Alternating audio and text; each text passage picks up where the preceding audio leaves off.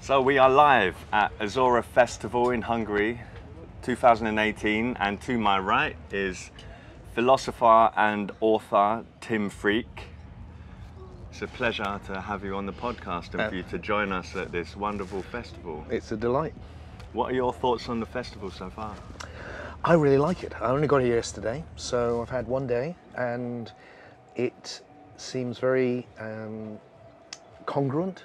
It feels clean. It feels spacious. It feels there's a good organizational base for it, which means people can relax, and there's a feeling that people have come together for a definite reason. That there is a commonality of consciousness, which is just a delight to engage with.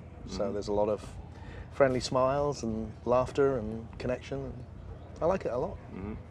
Now the theme of the festival is a psychedelic tribal gathering, and psychedelics seem to be very much at the fore here. Now you've done that kind of exploration in your earlier years and seem to have moved on and gone through a lot of the ancient wisdom traditions and religious texts. And what springs to mind when With psychedelics? With psychedelics for you? I wasn't one of those people. A lot of my generation still are, of course. If people wake up for the first time, they take psychedelics, they wake up for the first time. It wasn't like that for me. I woke up and then I found psychedelics. And so psychedelics became a way of waking up again. And with a different flavor, they catapult you, in my experience, into what I call the imaginos, into the soul realm in a very different and deep way, so that you're entering into that dream reality, and that's incredibly transformative experience. Some of the people like Ram Dass and Tim Leary, who were very influential on me at certain points in my life, I could hear they were finding real wisdom through it.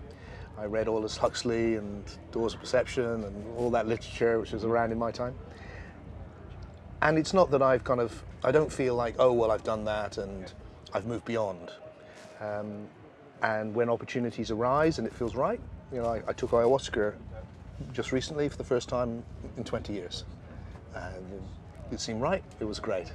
But it's no longer a regular thing. So I think it has the psychedelics have a particular quality, but in my life, the way that I've seen them primarily, I think, is that there is an interaction going on constantly between my body and my soul, which means I can change things in both directions. So I can use my intentionality to change my state, or I can actually use my body to change my state. And sometimes, especially when I was younger, and I couldn't change my state with my intentionality, I felt stuck. That would be when psychedelics would blast me into a new place, changing it from the outside in. Personally, I feel you don't want to carry on just changing it from the outside in the whole time. At a certain point, you need to learn to change it from the inside out. And then it's fine, you can do either. But the using pharmacological, chemical stimulants to change the body to bring about a state of consciousness is a very good tool to have and been used forever. But so is developing from that the state where you can tune into it anyway. For instance, last night, I'm on antibiotics, I haven't been very well, so I didn't even drink, just got water. But last night, because I know the state, I'm dancing with Debbie, my wife, the music's playing, the lights, and we're just like, oh, there it is. There's that place. It's not the same, but it's close, and you tune into it because you know it. And I like that inside out too. Now, psychedelics are more or less a shortcut to reaching transcendental states that can be achieved through yoga, meditation, trance, dancing, drumming, etc. Are there any other methods that you found particularly useful? I think philosophy does it. I mean, for me, insight is a wonderful way, because it changes. For me, philosophy is a type of magic. You see reality in a new way. And when you receive such insights, do you feel like it's coming from within, or that you're somehow channeling it from beyond yourself? There's both, and I think they're the same thing. So there's a reaching back into my own depths, which are connected to the depths of everything, and then when that moment of insight comes, and you go, oh yeah, and reality looks different now. And I'm perceiving it differently, and you're in the same. It's not the same. It's a different. Everything's got its own particular quality, hasn't it? You know, yoga is different to psychedelics. They're just very different. But they both can open you up to very interesting deep states, transcendent states. And I think different people, different times. And I'm really greedy.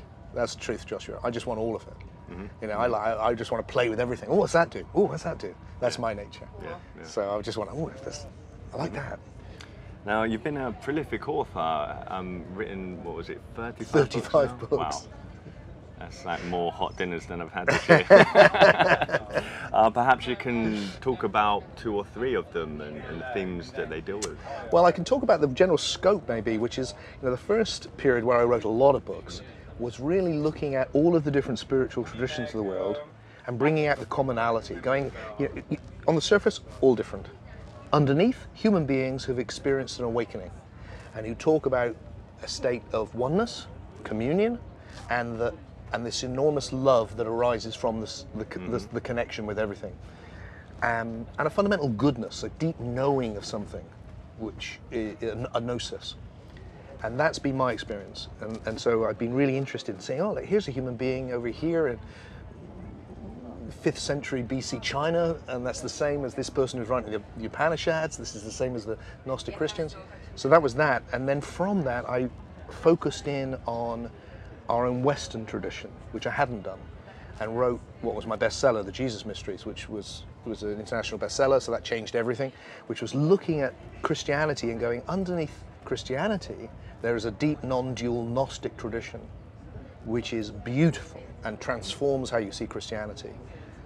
And then from there, this last period, which for me is the most important, has been, okay, what I find fascinating about all these individuals, whether it's Basilides the Gnostic or Rumi or Bodhidharma or whoever it is that they took what was there and created something new from it for their time. That's why they're a tradition. And then it became like, oh, that's what we need to do now. I need to play a role in creating a new tradition for now. And the qualities that tradition needs to have is it needs to open people up to the direct experience of this awakening, which is the practical side of what I do. Traveling around giving people, you know, I'm not giving it to them, I'm helping them see it in themselves, which surprisingly I find that I can do. And then a philosophy. And the philosophy needs to open up the deepest understanding of what reality is without exiling anything. So that needs to engage with modern science particularly, and it needs to be congruent with it. And that's been a real challenge. And why I think my latest book, Soul Story, is the most important of all the books I've written is because I think it lays the foundation for a way we can do that. It's only the beginning, but I do think it's a promising beginning. Okay. Yeah. Now, my background is in science, predominantly biological sciences and psychology and neuroscience of mental health. And it seems like as far as the mind and mental health is concerned, science is far from providing the answers. Yeah, so science has become associated with a particular philosophy, which is not necessarily, it doesn't need to be. And that philosophy is objectivist. It used to be materialist, but I think materialism's collapsed 100 years ago with quantum physics. It's like, oh, okay, matter's not there, but it's still objectivist. It may have collapsed, but we still, I mean, Newtonian mechanics, the materialist, classical mechanics framework still underlines the belief system of the vast majority of humanity. I think you're right. Yeah. So what's happened is that although in physics it's collapsed, which is why physics is completely out there now, it's spread into the mainstream and people are materialists or objectivists. The objective world is real. That's all there is. You know, the world of the psyche is kind of unreal, the side effect of a piece of meat, all of that stuff. And it's left us very impoverished. And the key thing which links it is reductionism.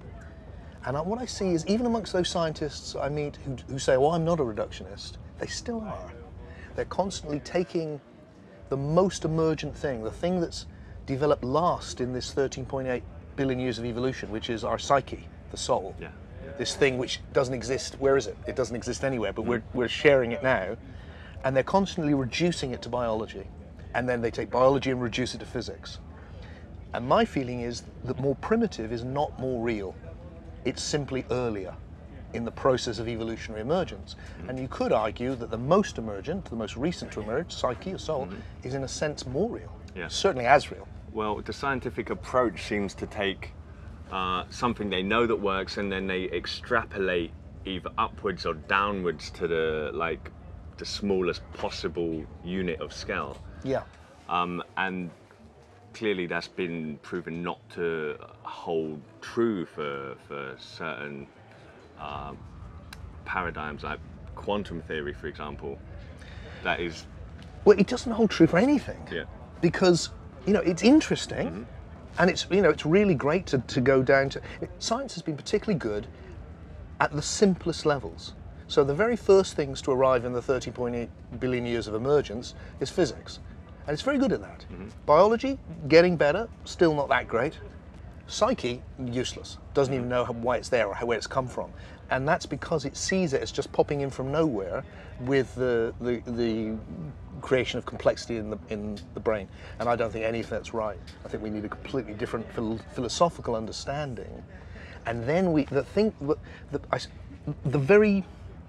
simplest way of getting the suggestion I'm making to bring science and spirituality together is going, look, 100 years ago, we had Darwin and Wallace's idea of natural evolution. The whole of the natural world has evolved from a very simple beginning and into all of this.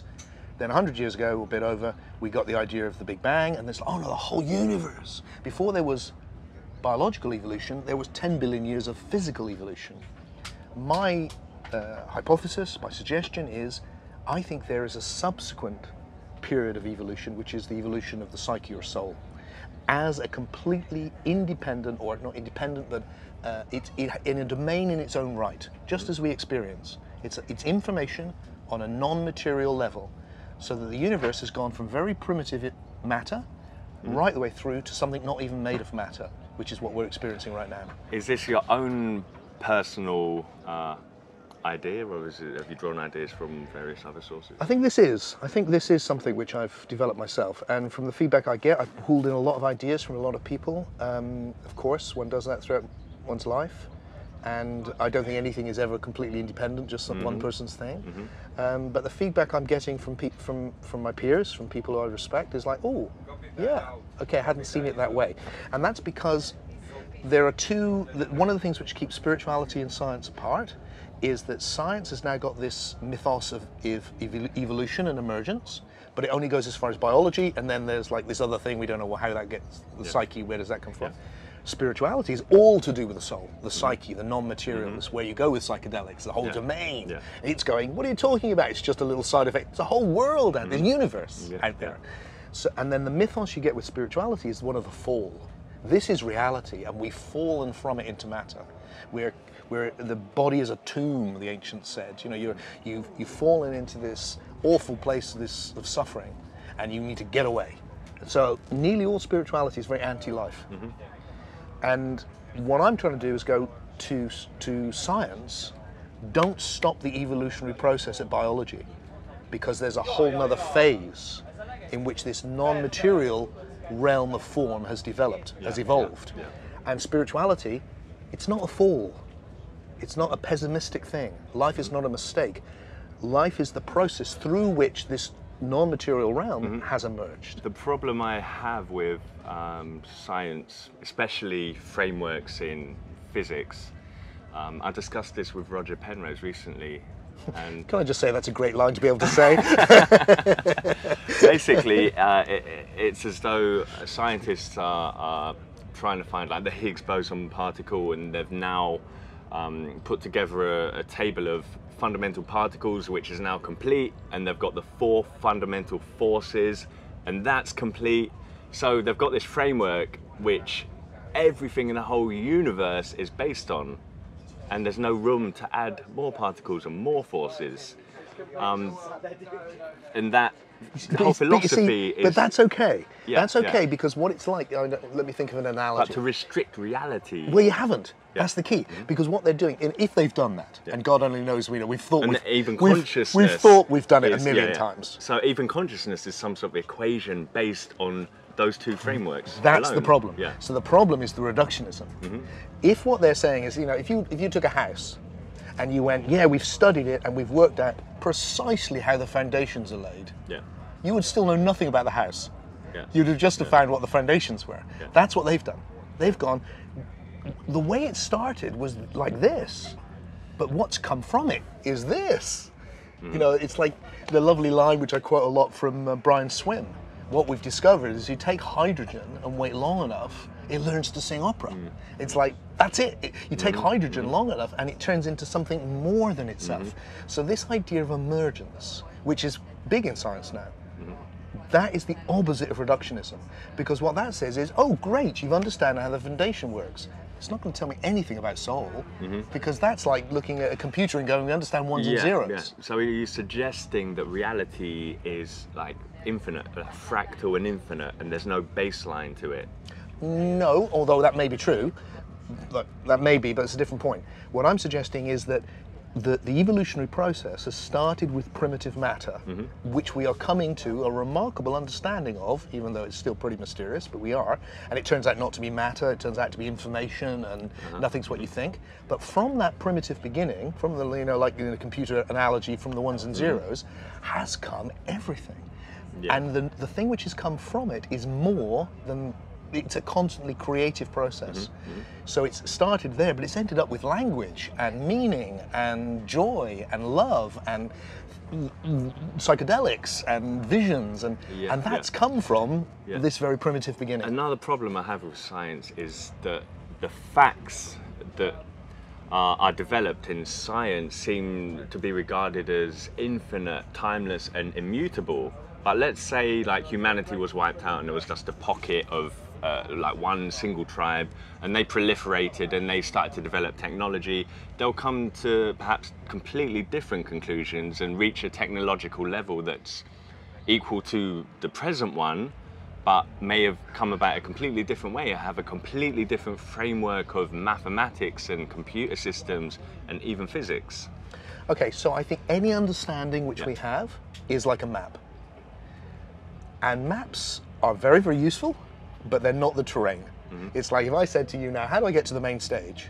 And you actually described how I got to the main stage. Well, you come here and there's a piece of grass and then there's a little band. I mean, you could never describe it, could you? I mean, it's just, wow.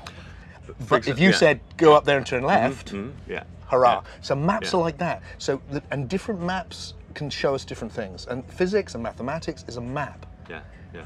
It's powerful. We can say that it's true. But physics and mathematics use only the logical hemisphere of your brain, and language to a certain extent. But if you look at ancient Egyptian hieroglyphics, they use the creative part of your brain as much as the logical side, and they often have several different meanings, the hieroglyphs, and we don't have that in any modern language today. So I think what's interesting is that because soul is the latest thing to arise, and with it, it arose with consciousness, or with that particular deep form of human consciousness. I think the earliest things that people do is go into that world, into the mythic, poetic world. It's only later that we start developing what you could call the rational mind, and that's an achievement, but a late achievement. But we need both. I was recently having a wonderful conversation with Ian McGilchrist, who talks a lot. He's the man on the left and right side of the brain, and you can see that they need to be in conversation with each other. That's the map again. The map is like the left-hand side. That will get me to the main stage. But the right is going, wow, the whole way to the main stage, taking in everything. It can't comprehend everything, but it's taking it all in and putting it in context. Now, if you get one or the other, if you just have, you know, if you go and have a meal and you eat the menu, it's going to taste of cardboard. And that's the danger. But your point with science, I think, is because the greatest achievements have been with physics. Because it's the simplest, most primitive level of reality, and it's the most accurate. And it's mechanical in the sense that, not mechanical exactly, but it's repetitive. So I can predict that if I take something, it will drop. But I can't predict what you will say next. So if I'm studying dropping, I can use maths, I can get it down to a fine art. If I'm trying to predict you, I can't do that. And that's because it's a more emergent, more creative level of existence, and more interesting. Well, the classical physics tends to regard like things as systems, and if you know the physical laws of a system, you can predict past, present, and future. And I disagree with that. We need to let go of that paradigm to move that's forward. That's the reductionist paradigm. There is something. The great challenge for that is, well, if that's true, how can there be emergence? because what's happened is constant creativity, newness, every So moment. How would it be possible to change the mindset? Because that is clearly the dominant mindset. That's my great challenge. Which is one of the reasons why humanity has brought the planet to a crisis. I think to change the mindset, we need to come up with a better, rational, considered alternative, which also has heart. So that's what I'm trying to do, is go, look, if we just disappear off into the right side of the brain, or if you like, or the heart, or just go, no, that's okay, but it's never going to change anything. But if we can, and because then both are important. All it takes is one lunatic dictator to like wipe out half of humanity that are living too much from the heart. Yeah, well, that's always a danger. Yeah. But it feels to me like I guess what it is, I myself am looking for something which speaks to my heart, because that's where I live from, but also to my intellect, because I feel that's really, my discernment matters. So I'm looking for what is a rational alternative. So I've spent the last period of my life going, okay, let's find one. And my contribution to this great dance is, hey, check it out. My book Soul Story is like, check this out. This, I think, is the beginnings of a rational alternative which brings these two together, but not in some hocus pocus way of, which is actually irrational. Because if we do that, the scientists will look at it and go, that's just bullshit. These people don't even know what they're talking about. I'm not a scientist, I'm a philosopher. I don't pretend to be a scientist, but I do think we can get the philosophical understanding which can speak to people who understand science. During my journeys over recent years, it's occurred to me that the people I've met, like, they hold faith in either technology to sort out the matters of the planet, or looking back to ancient civilizations and indigenous cultures who have lived for hundreds or thousands of years in their cultural and lifestyles, and often in much more unity and more harmony with nature. How do you see humanity being able to reach equilibrium and harmonize with nature and not mess up the planet? Well, that's the challenge. And, I love it, like this festival here. You've got both going on at once. There's a lot of people talking about going back to ancient cultures and ayahuasca, but they're dancing to techno. And with huge, great big speakers, and they've just flown in from wherever. So the two coincide. So what we need to do is we need to integrate all the best we've got. So we're facing a new problem now. We've been so successful. Don't make no mistake about it. We've done well. We've reduced poverty around the world in ways that our ancestors could not believe. We've made life not awful for huge numbers of people. Some people, of course, still are, but we've done well. We've eradicated diseases, we've cut child mortality. All of these problems our ancestors faced generation by generation, we have done well. And in so doing, we've created a problem that they never dreamt of. And so what we need to do now is look back and go, oh, these guys didn't have that problem. Can they help us remember or find how to change how we are now? That's the looking back, great. And we need to use the latest cutting edge, which is, okay, so we've got this new technology, we understand. How can we bring all of that together in an intelligent, heart-based synthesis? Because if anything's going to save us, it will be that. You know how I know this interview is going well? I haven't even touched on any topics. I'm prepared. Okay, now over to the topics. How important do you think it is to continually evolve your belief system? Totally important. I mean, I live to do that. I would hate it if I was saying the same thing in 10 years when I meet you. So perhaps if you look back to some of the books you've written, say 10 or 20 years ago, you'd be like, that, can't believe it was written by you. Yeah, sometimes, and certainly it's moved on or deepened and in significant ways. So how do you stick with an idea long enough to get it out into a book? I can't. But as soon as the book's out, I've already moved on. But that was my choice. I'd be much more successful if I just stuck with one thing.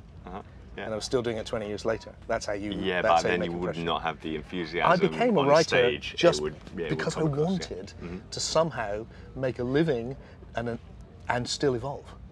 And I've been lucky enough to do that. So I want to keep moving, and I'm constantly looking for the place in my ideas that doesn't work. And I know it's there. It's always there. And then that's the place it will move on. And then when you have that insight, it moves on. Wonderful. Okay. Perhaps we can touch on the importance of being present. I mean, Eckhart Tolle, Ram Dass, and all the gurus of old have spoken about it. What is your take? Yeah, well, when I look at the moment, I think people misunderstand it sometimes. They see it as sort of as in opposition to time, or the past and the future. Whereas I think it's just really about being conscious of what is. So if I look at the moment, if I come into the moment, what that does for me is I'm aware that there's this flow of time which has a future, which I need to think about. You know, I'm going to go there later when I've spoken to you, that's great. And the past is completely present. Everything that's ever happened is implicit in this moment. I haven't escaped it or gone away from it, because it's the foundation. It's the foundation on which this new moment is arising. So that all of the past is here, all of the possible is here. That's the past and the future, but they're here. And then when I pay attention to that, I see that I am that presence of possibility. I'm that presence of formless being. So there's the experiencer, formless being, and this flow of forms. And I think what Ram Dass certainly was talking about was, be conscious of that. Come into that presence, which is always present. So you're not just caught up in. But is it really a bad thing to be drifting? To be drifting? Yeah. I think it can be a great thing to drift. How about being in the habit of continuously drifting? I don't think it's good to be in the habit of continually anything, personally. Yeah. I like to shake it up, and I think you will. My experience has been that if you become in the habit too much of anything continually, you'll end up in the same place. And for me, this journey we're on is one because we're made of the past. Because the past is what everything is made of. Where it's a process. I'm a process. You're a process. So I'm made of everything I've ever experienced. And so are you. So I'm forming my soul, I'm forming myself, and I can consciously engage with how that forms. I can just let it go and just see how it forms, or I can choose. And it's a bit of both.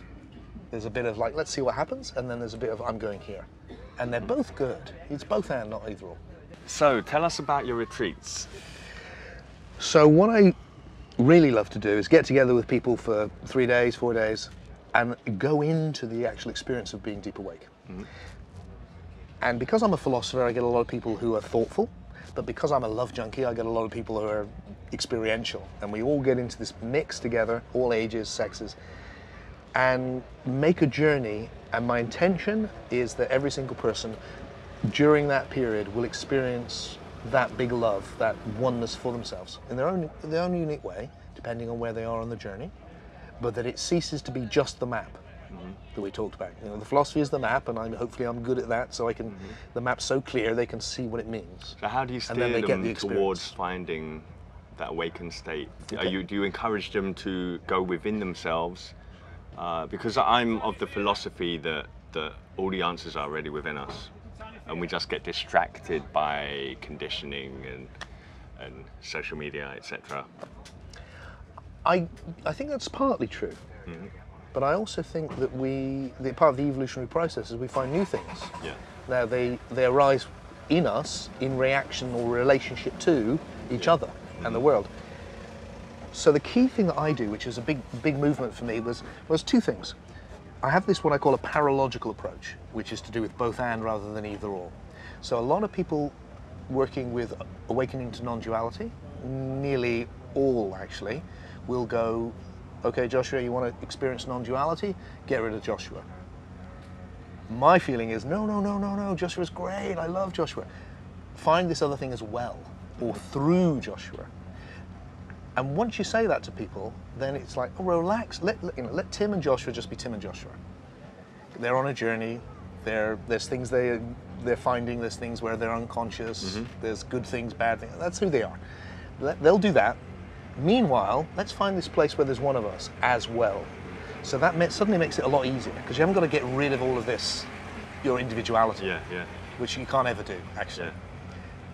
And then the other thing is, the practices that I do are about going, okay, look, I do things where you meditate on your own, but actually what's so great is that you're here. So if we're one being, I should be able to see that one being in you, as well as in me. So what I get is for people like this to say, look, okay, be aware as you look into somebody's eyes that what you're connecting to you can't see. I see your beautiful face, there's your eyes, but what I'm connecting to is something way, way deeper. I'm connecting with another conscious being who's looking back at me. Same thing's happening with listening or touch.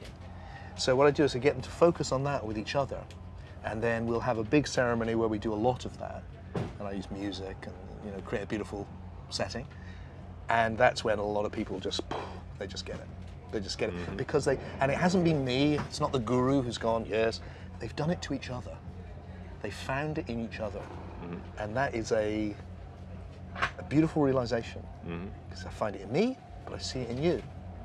And what normally happens is you get this lovely thing where people start realizing, oh my God, I'm connecting deeply with all these different people. There's an old lady, there's a young boy, there's all these different shapes and forms, and it's different and the same. And each one is beautiful. You go to the depths, it's just so beautiful. And then at a certain point, I hope that people will go, oh God, you're looking in me and you're seeing that beauty in me. Maybe I'm beautiful. Yeah. And the honest truth is that I used to think the hardest thing for people was to awaken to the deep oneness. I'm now of the opinion the hardest thing is for people to love themselves, actually. Yeah, I'd agree with you on that. Yeah. And so that moment of going, don't get away. The reason that non-dual spirituality, which exiles the self, is so popular is because most people hate themselves. Yeah, I just want to get rid of this thing.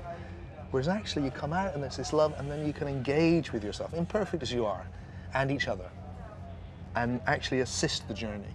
And that's a completely different approach. Yeah. Now, I met you a year ago.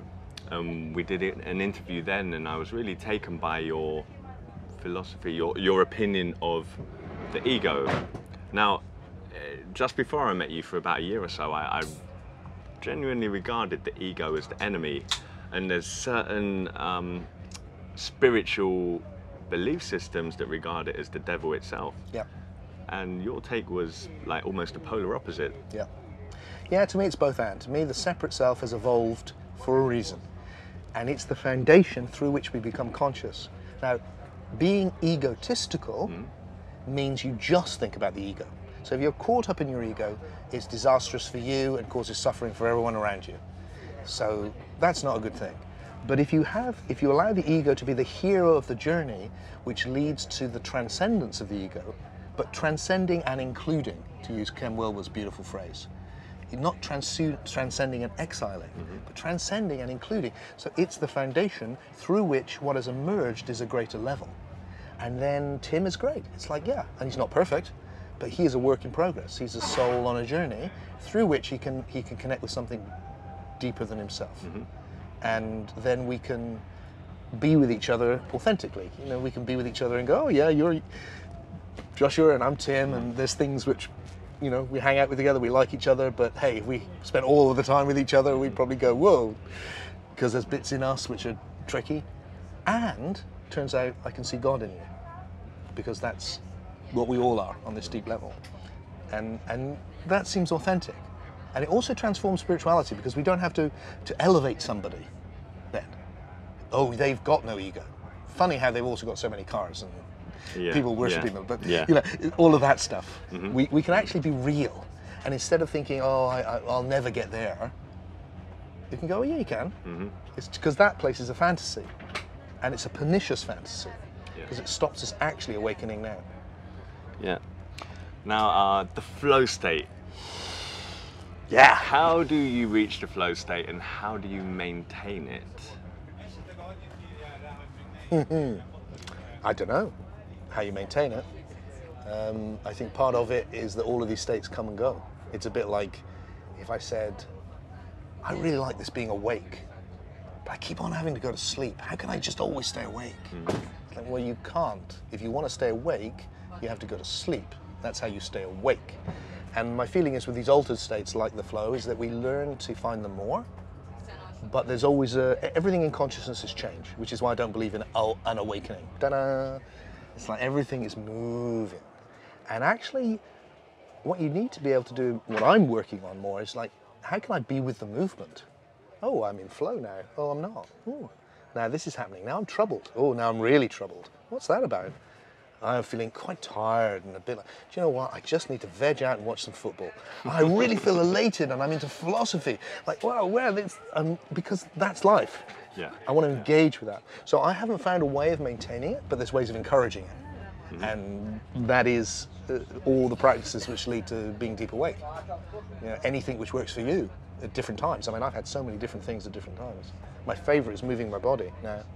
Just like Tai Chi. I used to do Tai Chi a lot, but now the form has dissolved, and I just sit. I'd recommend Tai Chi on the main dance floor here. 2 psychedelic trance works wonders. I did it last night in the chill dome. It wasn't quite trance, but it was a little softer, and it was like really good. Yeah, there's something about the movement meditation. It's because of the energy. So like now, if I feel that energy, immediately I'm more like, just to feel, it's like, like electric, isn't it? And it's I have to pay it attention, and then it's sensual. So I think using the senses is a really great thing to wake us up. And another thing which I find with a lot of tradition, not all, but with a lot of traditions, is because they're anti the body, because the body's a tomb, it's a trap, it's a thing you've been confined into as a punishment for your ignorance. It's sensuality and pleasure's a bad thing. Whereas actually, again, like if you get trapped in it, is a bad thing. You know, it can cause immense suffering. But if it's as well, if you have the transcendence as well, it's a beautiful thing and can enhance. And my experience of waking up is you wake up in the body, and suddenly the body is like, oh yeah, sensation, color. Whoa, look at that! You know, or there's a sensuality which doesn't get mentioned enough in spiritual literature. I currently do research in mental health, and I've worked in a drug and alcohol rehab clinic and have several friends or family members that suffer quite badly from a whole array of different mental health disorders. But having studied neuroscience and psychology of mental health, I mean, I'm opening these books and I'm like reading about autism and schizophrenia and bipolar, and I'm like, I've literally suffered from all of these at one point in my life, and no one considers me as having mental health disorders, but I don't really talk about it. And I feel like the more you talk about it to other people, the more it makes it real. And I feel like a lot of these disorders are, when people get labeled, it sticks with them and it proliferates. It seems like a two-way thing. I don't know, tell me what you think. You probably have a lot more experience with this than me. I mean, the first thing it feels to me is that the universe itself is bipolar. So no surprise that we are. It's like everything is based on polarity. The whole damn thing is the clashing together of opposites. I think if there's one consolation, if you look in the history books, pretty much every person that's made it into the history books had suffered from some extreme mental health disorder. And I suspect every single person, you know, I don't think you could find anyone that you wouldn't go, do you experience a polarity to life? Like, yeah, of course, suffering and joy, up and down, you know. So that's like given, that's what we're in. The universe itself is doing this, and we are the universe. And then when we label it, I think it's to do with, there's something, I have noticed that people who are really in distress, sometimes it's reassuring to go, it's this. Suddenly it's like, oh, okay, because there's that awful, I'm all at sea, I've got nothing to hold on to, and then somebody goes, okay, I think this is your condition, this would be, and they go, yeah, it is. And then you've got something to work with, because there's levels of it which we can manage, like I'm bipolar, like everyone, but generally I can manage it. There's an upness and a downness which is quite creative. There's other people, it's not so creative. Suddenly it's destructive. It's too much of a distance, and it's too, not both at once. I like to keep them both there. And how effective do you think science and medicine is at treating, say, bipolar and depression? So I have to tell you that, you know, if you talked to me some years ago, I would have probably, from not knowing, I would have gone, oh, well, you know, I'm quite worried about the way it's treated. There's a funny culture, which I grew up in, which sees illegal drugs, ancient drugs as really good, and then other drugs as really bad. Anything you can get on prescription, bad. Everything you have to buy from your dealer, good. And I don't think that's true. I think there's a whole spectrum of ways we can affect the body. So what's transformed it for me is I have someone who's close to me, who has suffered a very, very, very difficult time, which look like it would be absolutely disastrous the whole of their life. They're a young person, and then much against their, last resort, they took prescription medicine, and they are flying. They are doing so well. Their whole life could not be better. And I just watched, open mouth, a disaster turn into a miracle. So my perspective on it has changed dramatically from that first-hand experience. So now I just feel like, a bit like if someone was stuck spiritually and they went, no, I don't want to take psychedelics because it's not real. It's something outside. I go, well, yeah, that's true. But there's some times where something from the outside can lift you up and then just you're flying and then just keep flying. And then sometimes I think with these other medications, there's times when you can't get yourself out. They just lift you up and then you're out. And then you can do the work. And then you're off. So maybe one more question and then we'll wrap it up because your wife's probably melting in the sun right now. Is there anything in particular you want to touch upon? I don't really. I'd just like to say, I've got loads and loads of, if any of this resonates with people, there's loads and loads of free videos and stuff. I think there's going to be my latest talk probably on your website. Yeah. There's stuff where, I want to share these ideas. The book Soul Story is the stuff about philosophy, this new emergent philosophy. The previous book, Deep Awake, is about the practice of becoming awake. And I love it when people can. I know often it's difficult because of travel and all the rest of it, but when we get together and actually do the practices and spend time, and I'm very engaged, I don't have huge groups where I don't meet people, I like to be with people in a personal way, then seeing the transformation that happens is astonishing. 20 years ago, when I started doing this phase of my life, if you told me that I could travel around to Japan or Mexico or America and be pretty sure that the vast majority of people would go afterwards going, my God, what happened? I would not have believed it. But it's true, and I think that's partly because of my contribution. I've done my best, but also because of what's happening to us, that we're ready, and we're looking for that clear map and the deep experience. And I hope that's what I can offer, the clear map and the deep experience. Okay, the question has now come to me. Okay. Okay, in the last few years, I've really taken a gung-ho approach at facing my fears head on. Okay. And that has really been like the backbone of my philosophy recently. But in a recent ayahuasca experience, I had to go out to pee in the woods, and I was a little bit wary, like, what am I going to see? What am I going to encounter? And I just went right deep into the forest to face the fear head on. And I've had that approach now to just face all the inner demons head on and just look them in the eye and overcome them and see them in a different way, and don't see them as a barrier, but see them as an aspect within me. Like I was like scared of dying, and I encountered like the angel of death, and I looked it straight in the eye and I hugged it and saw how beautiful a thing death is. And it suddenly dissipated, and it was no longer something that held me back. Wonderful. What have you got kind of an approach that? Yeah, I've done that all my life, and I'm sure it continually evolves as well. And as you get older, it really does. Of course, because when I was doing that around death when I was 20 or 30, it's quite different to the experience of watching my friends starting to die. It's like, it's just around the corner now. Or it could be, or not, or could not be. You don't know, but it could be for all of us. But for once you get older, it's you end up going to more funerals than weddings, and so that's very permanent. My feeling is that it's a great thing to do when you found a secure, safe foundation. Don't do it if you haven't got a safe foundation. It'd be disastrous. Then you just need to find the foundation. When you found the foundation, then you can go, right, come on then, let's play. Let's find these things. So you need that. It's a paradoxical state. You're facing the fear because you found something stronger than the fear. And that enables you to go out and seek it then, because you found that in yourself to do it from. That seems key.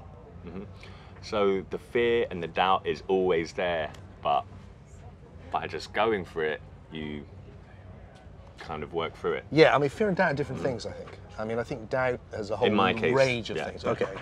So I mean, it's that can have a very positive aspect as well, and fear is positive too. When people say to me, oh, I have no fear. My feeling is, really? You are not paying attention. Because life is scary shit. Yeah, yeah. It really is scary. I mean, I don't, and when I bring up my kids, I didn't bring them up, have no fear, darling. You know, if a man approaches you, trust them. It's like, no, fear's a good thing. What you don't want is just fear. And what you're describing of going out and facing things is fear, but not just fear, because you've got the courage to face them. Well, I think I've kind of taken the Buddhist principle of turning negative energy into positive, but applying it to fear and turning it into something that helps me to evolve, to become a stronger person. That is a strong Buddhist, Tibetan Buddhist especially, Tibetan Buddhist practice, that is one. And I think that's fantastic. Yeah, because you're forming your soul. So those fears, like, oh, I had this as a child, it's in you. It's your soul, that's you. So that can hold you back. Yeah, yeah. Or it can be a foundation to take you forward. Which is it going to be? Yeah, the one problem with that, you overcome one fear and it seems like there's two that come in to replace it. Well, do you know what? I do think it's really interesting you say that, because I'd say that what's happened for me as I've got older is I do all that stuff less. And it's more like, oh yeah, Tim's like that. Fair enough. Now let's move on. It's like, it's good enough. Tim's good enough in that respect. I don't have to take on everything. Yeah, yeah, you've made peace with yourself. Yeah, it's okay. You know, he's got these quirks. He's not very good over there. He gets scared there. That's fine. I can live with that. Now, from that, I want to create and contribute. I've got him up and running enough. It doesn't sound like I haven't got to perfect. No, I haven't got to perfect him. Yeah. That's impossible. It's got to be, you know, take me on to the next phase. Be strong enough to support what's going to come next. And then sometimes I have to go back and I have to look at things. But then increasingly I don't. Increasingly, that's okay. That's a foundation. Move on. Yeah, great. Okay, thanks very much. So nice to speak to you, I as hope always. you enjoy the rest of the festival. I'm sure I will.